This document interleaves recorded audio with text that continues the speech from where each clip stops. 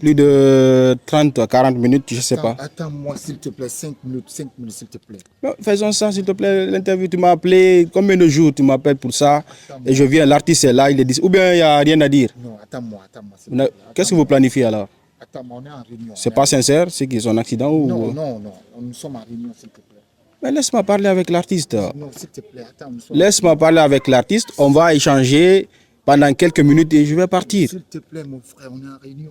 Calme-toi. Moi, je ne suis pas venu là pour... Je suis venu pour une interview, calmement. Hein. Moi, il n'y a pas de discussion, il n'y a rien. C'est pour l'aborder, c'est pour parler un peu de son accident. C'est pour parler de son accident, ne t'énerve pas. Va faire ton thé. Hein? Va faire ton travail, s'il te plaît. Calme-toi, frère. On est là pour ça. Laisse-nous tranquille. C'est que quand tu m'appelles pour une interview, moi, je viens. Je ne peux pas m'arrêter combien de minutes. Alors que vous parlez de quoi exactement? Godo Lion, mon nom d'artiste.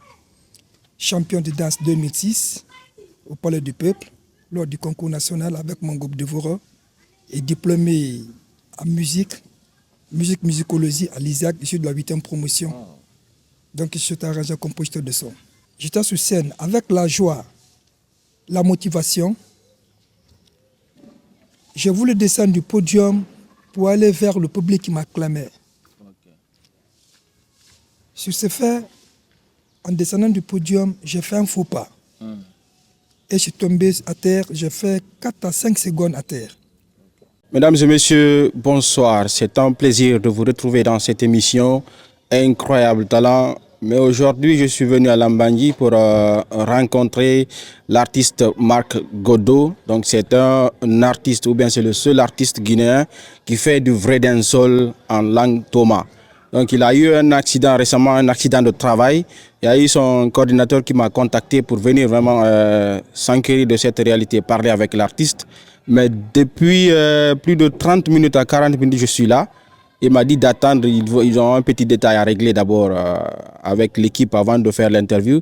Mais moi j'en ai marre, je veux vraiment faire cette interview et partir. Donc on va aller directement vers l'artiste et échanger avec lui. S'ils ne sont pas prêts pour l'interview, on plie bagage, on rentre chez nous.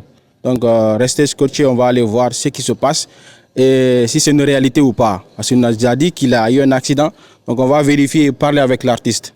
Donc bon, suis-moi. Son refrain shine comme le soleil. Collègue du partout dans le ciel et sur la terre. Des ondes positives dans la lumière. Sopra alpha. Ah ouais, tes vies qu'on préfère retomber. On préfère. On clique au light et ça prend direct. Contenu frais, toujours en mode correct. Culture actu, vibes en direct. Sopra alpha, balance, on reste connect. Ouais, chef. C'est comment?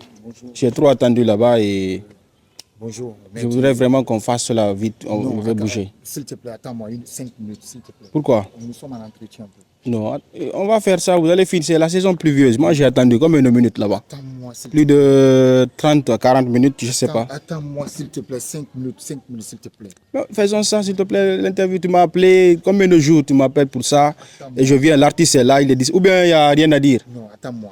s'il te plaît. Qu'est-ce que vous planifiez alors? Attends-moi, on est en réunion. C'est pas sincère, c'est qu'ils ont un accident ou... Non, nous sommes en réunion, s'il te plaît.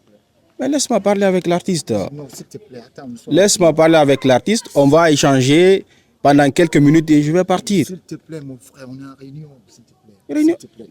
Réunion... Ah. Ça, c'est pas un petit artiste. C'est un grand vedette. Je comprends tout ça. Moi, calme-toi. Non. Moi, je ne suis pas venu là pour...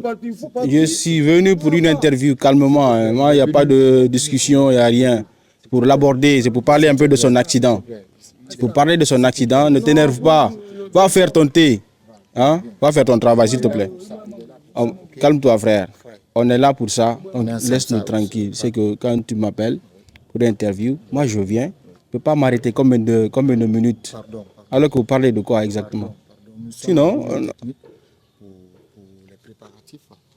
D'un concert. Concert avec son pied là? Non, nous sommes on prépare quelque chose quand même. Il va aller là-bas en fauteuil roulant ou quoi? Non, ça va venir, c'est une surprise. Une surprise. Une surprise. Une surprise. Une surprise. Il n'y a pas de problème. Donc là, je rappelle que ce n'est pas une télé-réalité, c'est l'émission Incroyable Talent. Moi, j'avais voulu qu'on fasse ça tranquillement comme d'habitude, mais comme j'ai trop attendu, j'ai voulu insister maintenant pour parler, pour voir réellement. Je sais pas ce que vous prépariez ici, donc vous montrer à tout le monde ce qui se passe et l'état actuel de l'artiste. Donc vous me permettez de m'asseoir pour faire l'interview avec lui. Asseyez-vous avec plaisir. Donc tout ça, c'était pour juste me retarder, quoi. Non, non, avec plaisir. Il n'y a pas de problème. Mon boss, il faut t'approcher un peu. Finir ça avec. Désolé, hein.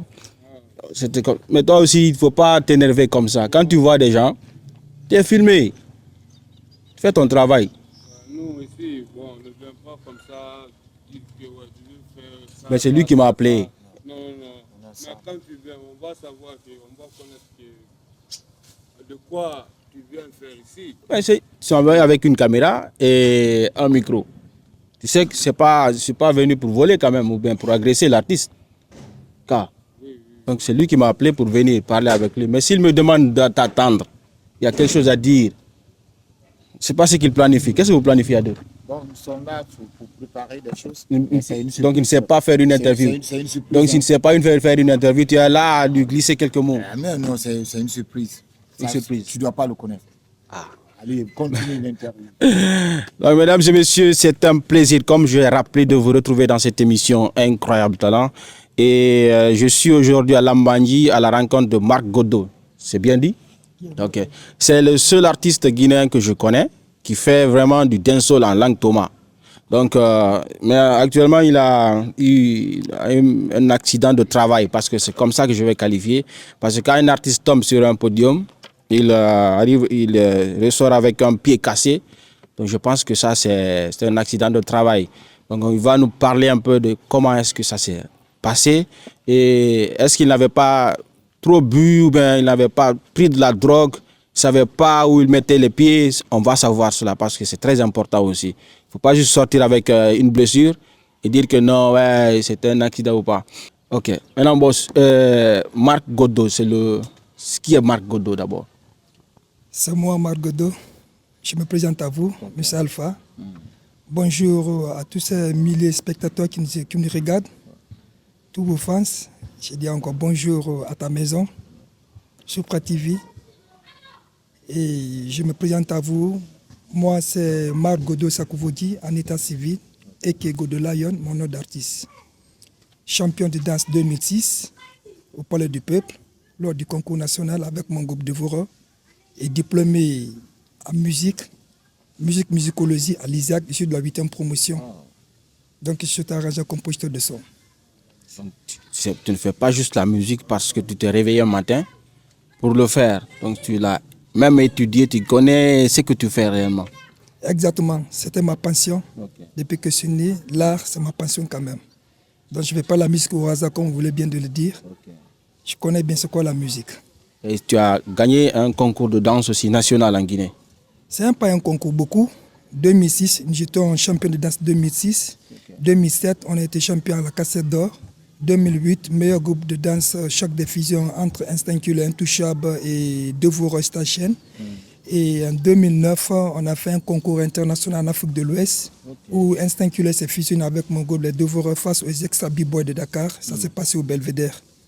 Et de là-bas, maintenant en 2010, j'ai continué l'aventure. Je suis allé au Sénégal, revenu en 2010 encore. J'ai fait 9 mois, 10 mois. Et je suis revenu, je me suis inscrit à l'ISAC, qu'on appelle l'Institut supérieur des beaux-arts de Guinée, aujourd'hui qui est ISCAM. Et je suis sorti major de ma promotion avec mention excellence. Okay. Mention excellence. Donc c'est pas n'importe qui, moi je dirais comme ça, il connaît ce qu'il fait. Il a déjà une carrière, même s'il n'est pas bien connu sur la scène un peu culturelle, mais il a ses marques. Il a aussi ses compétences à lui. Donc il y a beaucoup d'artistes qui cartonnent aujourd'hui, je dis ça clairement, qui n'ont pas ces compétences-là. Donc allez vous former, c'est très important. Ne restez pas à juste aller dans le studio et colmater des trucs et donner aux fans. Et maintenant, depuis que tu as commencé la musique, tu as combien d'œuvres disponibles sur tes plateformes et quelle est ta chanson phare aujourd'hui? Aujourd'hui, de nos jours, ma chanson phare, c'est un Sumbusu Kanandé, remix avec Bandian Fireman du l'ex-groupe Benedi Record. Okay. C'est en 2024. Et de nos jours, si vous me posez la question, j'ai déjà combien de morceaux? Je dirais à peu près, j'ai laissé maintenant 2 EP. 2 EP. À peu près, parce qu'en 2016, j'ai laissé mon premier single officiel, Nsumbusu Kanande, qui était même l'hymne national à l'RTG dans l'émission Maxi Pop avec Nondike, paix à son âme, et surtout à la radio de Sud FM. En 2018, j'ai laissé mon deuxième single officiel, Hommage à la femme Thomas. En 2018-2019, j'ai préparé mon EP, mais en 2020, j'ai laissé ma première mixtape. Et j'ai fait 2 organisations à Lambani pour couronner la sortie de ma mixtape. Et en 2024, j'ai fait une vidéo, le remix d'un son qui figure dans ma première mixtape avec Banjam Fireman, Temek Bing Bing, qui fait déjà 10 000 vues sur ma page YouTube. 2025, je suis bloqué par cet accident parce que j'ai déjà la vidéo qui devait sortir depuis le jour de la fête de Pâques ou la fête de Ramadan sur toutes les plateformes. Mais avec mon accident, ça ne me permet pas de laisser une nouvelle œuvre dans cette année. C'est pourquoi je suis encore coincé.